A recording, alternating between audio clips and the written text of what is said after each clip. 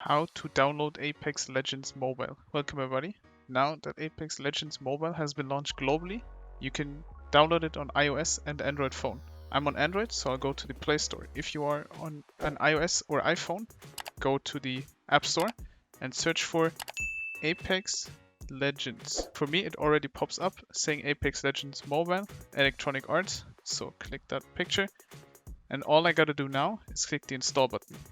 As you can see, is pending, being verified by the Play Protect, and then, as you can see, 1% downloaded. Once the download is done, you will then start the game, and you're able to play the new Apex Legends Mobile. I hope this video could help you out in downloading Apex Legends Mobile on iOS and Android.